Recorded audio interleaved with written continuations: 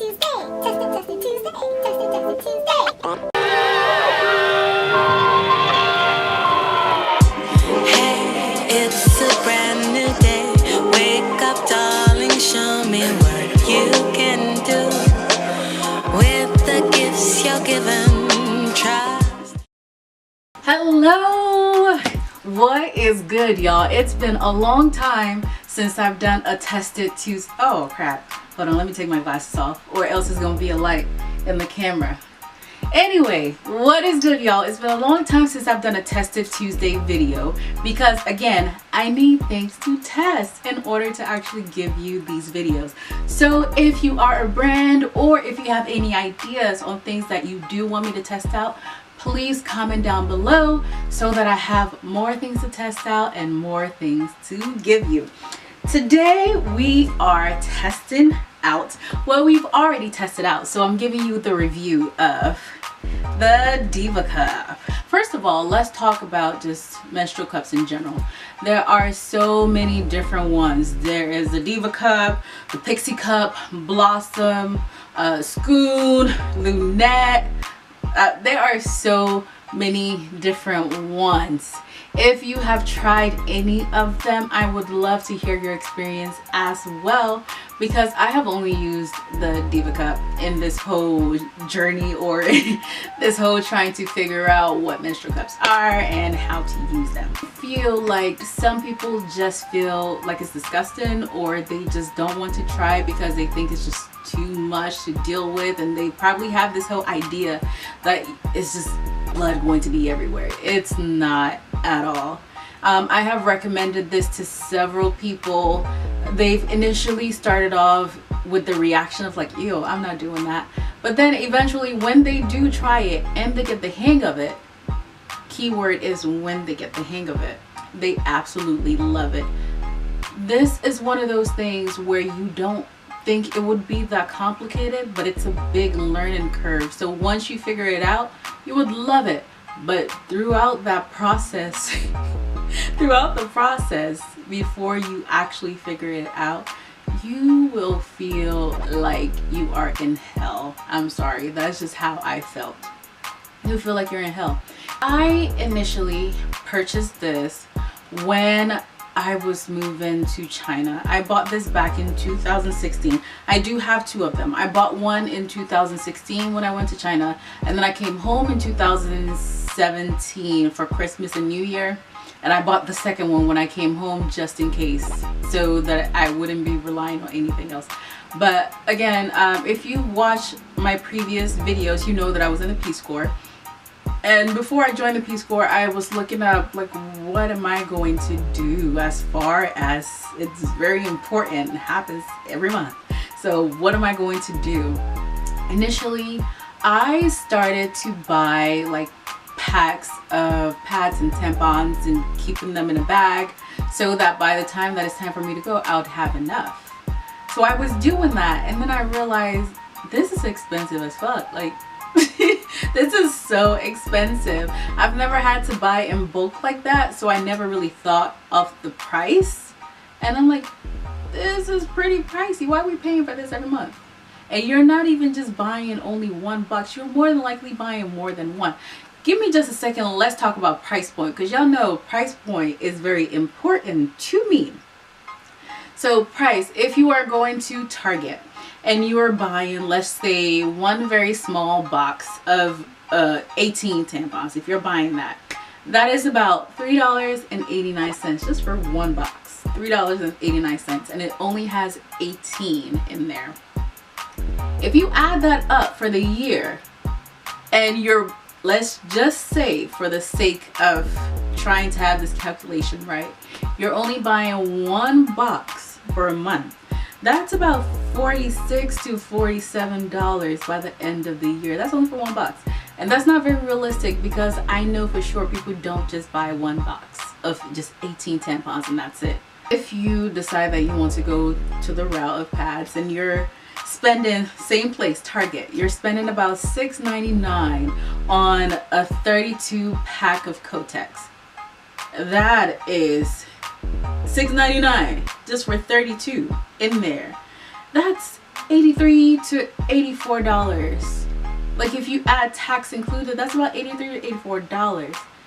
And I know for sure you aren't just only buying one pack. Think about how much money you are spending here for something that you have no control over. So I started thinking about all this, and I started to do some research about like what do people do when they travel and they're gone for a long time, because I was there for 2 years. I needed to figure something out. China is not really the place where you would find tampons. Sometimes they have pads, but I think they were like the bulky ones. I haven't had to because I went there with my Diva Cup. So I purchased all of the things that I thought I needed, and I kept it in a bag, and then I had the Diva Cup too because I wanted to make sure that I knew how to use it. So before I left, I tried it out a couple of times, hated it, could not figure it out. But once I got to China, I had no choice. I got to Chengdu in the summer. It was hot as fuck. It was so hot. I got to Chengdu in the summertime, and it was just one day where I was like, either I'm going to figure this out, or I don't know what I'm going to do once I run out of the tampons and pads that I brought with me. So it was almost like all or nothing. Just figure this shit out. Oh my god, I have so many bad scenarios. Like, you start off the morning, you're all good, you think you're fine. I think I finally figured out how to properly insert it. And we had training for the first few months. We had training, so I'd get to the training site and then I go to use the restroom and I'm like, really? I put in all that effort to make sure that this was inserted correctly and still leakage. Like, not leakage, that sounded so weird, but still leakage.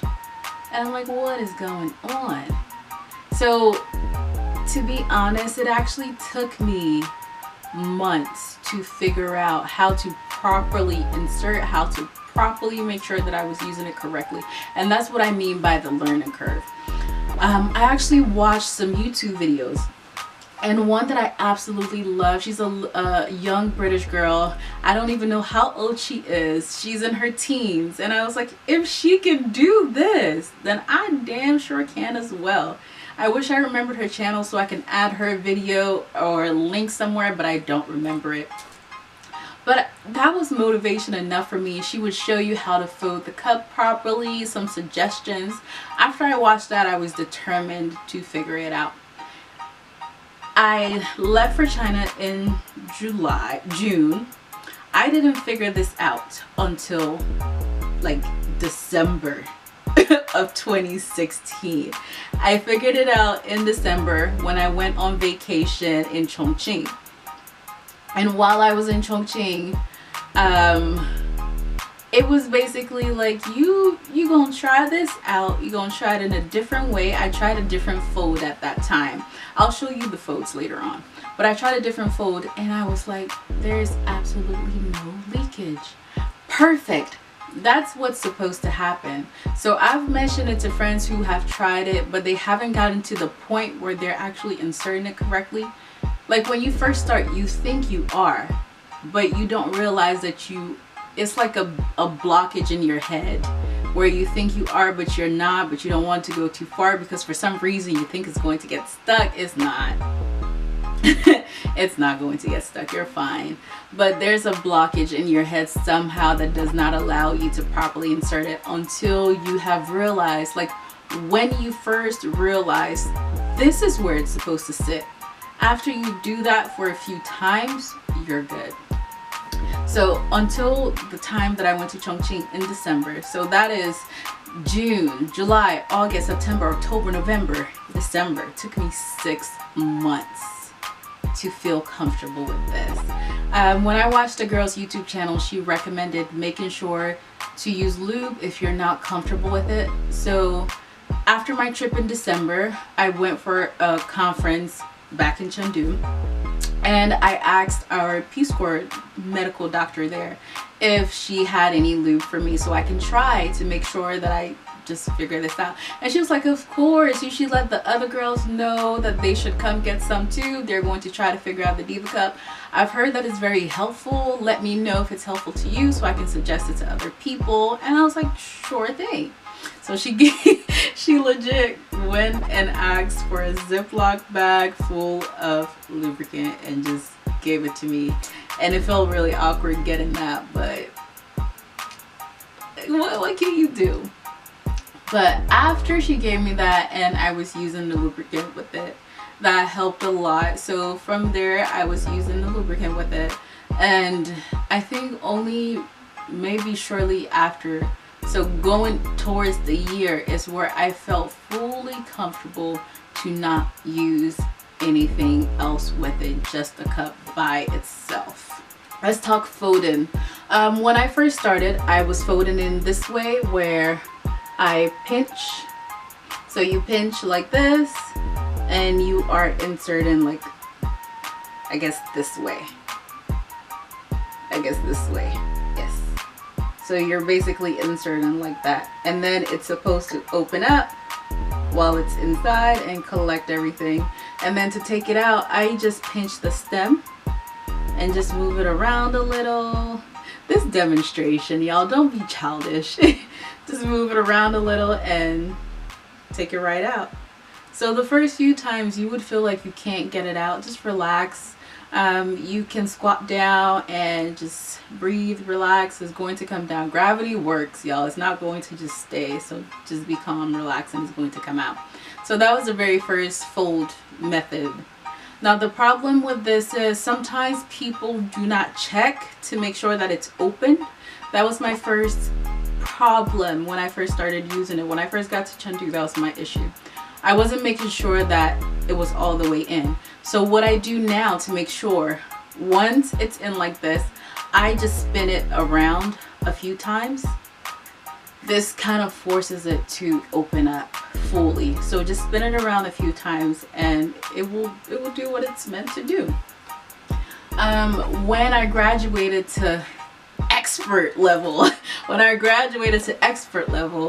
I changed the fold. So now I do like the, I guess this would be like a hot dog bun. So like this, and then just fold it like a hot dog. So just fold like this.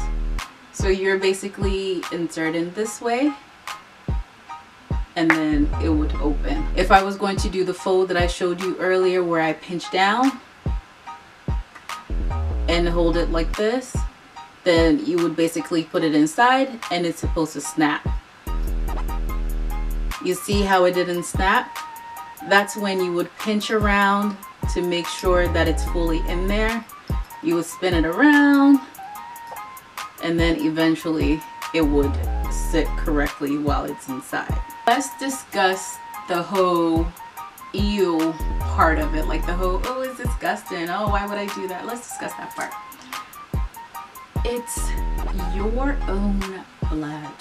Like, it's the same thing as it would come in pad form or in tampon form. So I don't know why people freak out more about the fact that it's being pulled out of a Diva Cup or a menstrual cup and then you pour it out and you wash it. There's nothing wrong with that. It's coming from you. And for some reason it actually, this might sound weird, but I feel like I had ownership. I feel like I had actual ownership and it wasn't just a random sanitary pad that I was just throwing away. I also absolutely always hated pads. I actually haven't dealt with them since I was old enough to purchase my own. Since I was in college, I just stuck with tampons. I just don't like the idea of sitting on something. I've never liked the idea of physically sitting on something and just it touching me. I've never liked it. So once I figured this out, that was it for me. I'm not getting anything else. That's all I'm getting. In 2 years, I have spent $0 besides purchasing this. These do kind of sometimes range in price. They are more expensive than a box of tampons. But I haven't spent a dime on a box of pads or a box of tampons or anything like that. Cup itself is not really introducing any bacteria to you. It doesn't really cause any infections. You're more than likely to introduce bacteria into your body from your hands. So your hands not being clean can lead to that. So to me personally, there is no ill factor. You can also wear it, like if you're going to work and you're working for 8 hours, you're actually okay and you wouldn't necessarily need to change it throughout that work day. Now again, it's good to check it. It's good to check and then just wash again.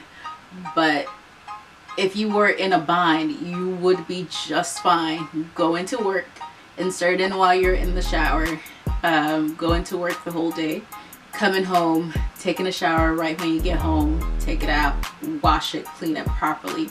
There are cup wipes, there are cup soaps. You are not supposed to use like a scented soap or anything like that. So there are designated like menstrual cup soaps that you can find around. Even Diva Wash, it's called Diva Wash. So Diva Cup has its own Diva Wash that you can buy along with your Diva Cup. They have them. You can also just use plain water if you have nothing else. All of that is better than scented soap. Just don't use scented soap because that could break down the silicone, and just don't. It could easily break down the silicone. It's not going to last as long as it necessarily would. Again, I've had the other one for 2 years and it's still usable. Sometimes if I can't find this one, then I use the other one. And then sometimes I have different bags, so I'd put it in one bag and the other in another. If you are in public and you don't feel like cleaning, or you just feel like it's too icky for you personally, then you can have two. That's when two comes in handy. You can take one out, rinse it with water, wrap it up in a tissue or wrap it up in something and then put it away and then insert the completely new one. So it's easy. There are some times where I literally insert it and just feel like I'm not even on my period. I just completely forget about it. Don't forget about it to the point where you don't take it out. Don't do that. But yeah, you would be good. I have gone camping with it before and it was just fine. Just take it out the next morning. I've camped overnight and just take it out the next morning, and when I get to a shower, take it out, wash it well. That I do want to give you a tip. If you care about the whole staining and want to avoid any odors or anything like that, when you are washing it, do not wash with like super hot water first. Start off with cold water, rinse it out with cold water. This makes sure that the stain doesn't set in or odors don't set in or anything like that. And then when you finish with that, then you can rinse out with the cold water or let it sit in cold water. After each cycle, you are supposed, well, I don't know if I should say supposed to or not. I personally boil it. Use a pot that you don't use for anything else to disinfect it. I boil it after every cycle, and that disinfects it. After I boil it, I let it dry and then put it back in the bag until next time. And then, yeah, you're set. If you get to a point where you really care about cleaning it, you can always let it sit in vinegar for a few minutes and take it out, rinse it really well, and you're good, because vinegar disinfects. So yeah, I think that is all for this Test It Tuesday. So I love to do reviews on things that I am passionate about and things that I actually loved when I use them. This is one, like, this is it. This is one of those things that I fully have enjoyed experiencing this. If you can't tell, I am passionate about the cup. I am passionate about sharing information and just being a resource for people. If you got questions, I got answers. And if I ain't got the answers, I'm gonna look it up for you or try to find someone who can give you the answer. If you have any questions, comment down below. If you just want to chat with everybody else in the community, comment below. Let's discuss, let's talk What do you use? Will you ever try the Diva Cup?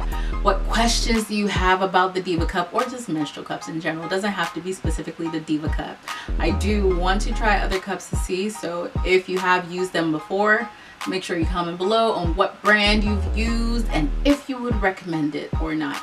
I know some people cut the stem off their cup. I haven't cut it off. If you cut the stem off, do not cut the stem. Comment below, let me know why you do that or why not, or if it actually helped you or not. So that is all. Bye-bye. Until next time, until I have something else to review, and then I will be back. I am working on trying to contact more brands so that I am not spending all of my money getting all these things to test out, because mostly everything that I have tested out, either I have purchased it myself or I have received through influencer. But I am working on getting direct connections to different companies so that I can test and review products. 100% honesty. Y'all know I got y'all. I'm not going to do anything just because I received it for free. I'm not going to talk good about it just because I received it for free. So until next time. Rise and shine, gotta get the day started. Sun beaming in my face as the blessings keep falling.